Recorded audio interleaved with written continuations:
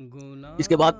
دوسرا شیطان جو ہے وہ انسانی شکل میں موجود ہے، من الجنتی والناس۔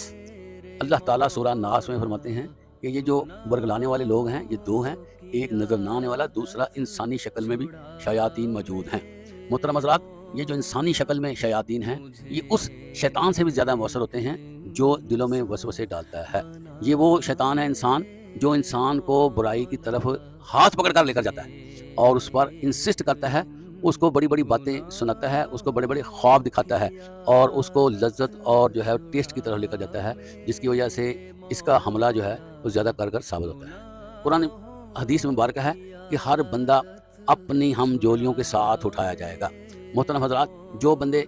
شیطانی کاموں میں مشغول رہتے ہوں گے اور شیطان صرف لوگوں کے ساتھ رہتے رہے ہوں گے اور ان کا کہا مانتے ہوں گے، انہی ایکٹیویٹیز میں حصہ لیتے رہے ہوں گے اور غلط کام کر کے وہ سیٹسفیکشن لیتے ہوں گے اور ان کا اٹھنا بیٹھنا سونا جاگنا اپنے غلط قسم کے لوگوں کے ساتھ ہوگا، ایسے لوگوں کو قیامت کے دن انہی ill reputed بندوں کے ساتھ اٹھایا جائے گا۔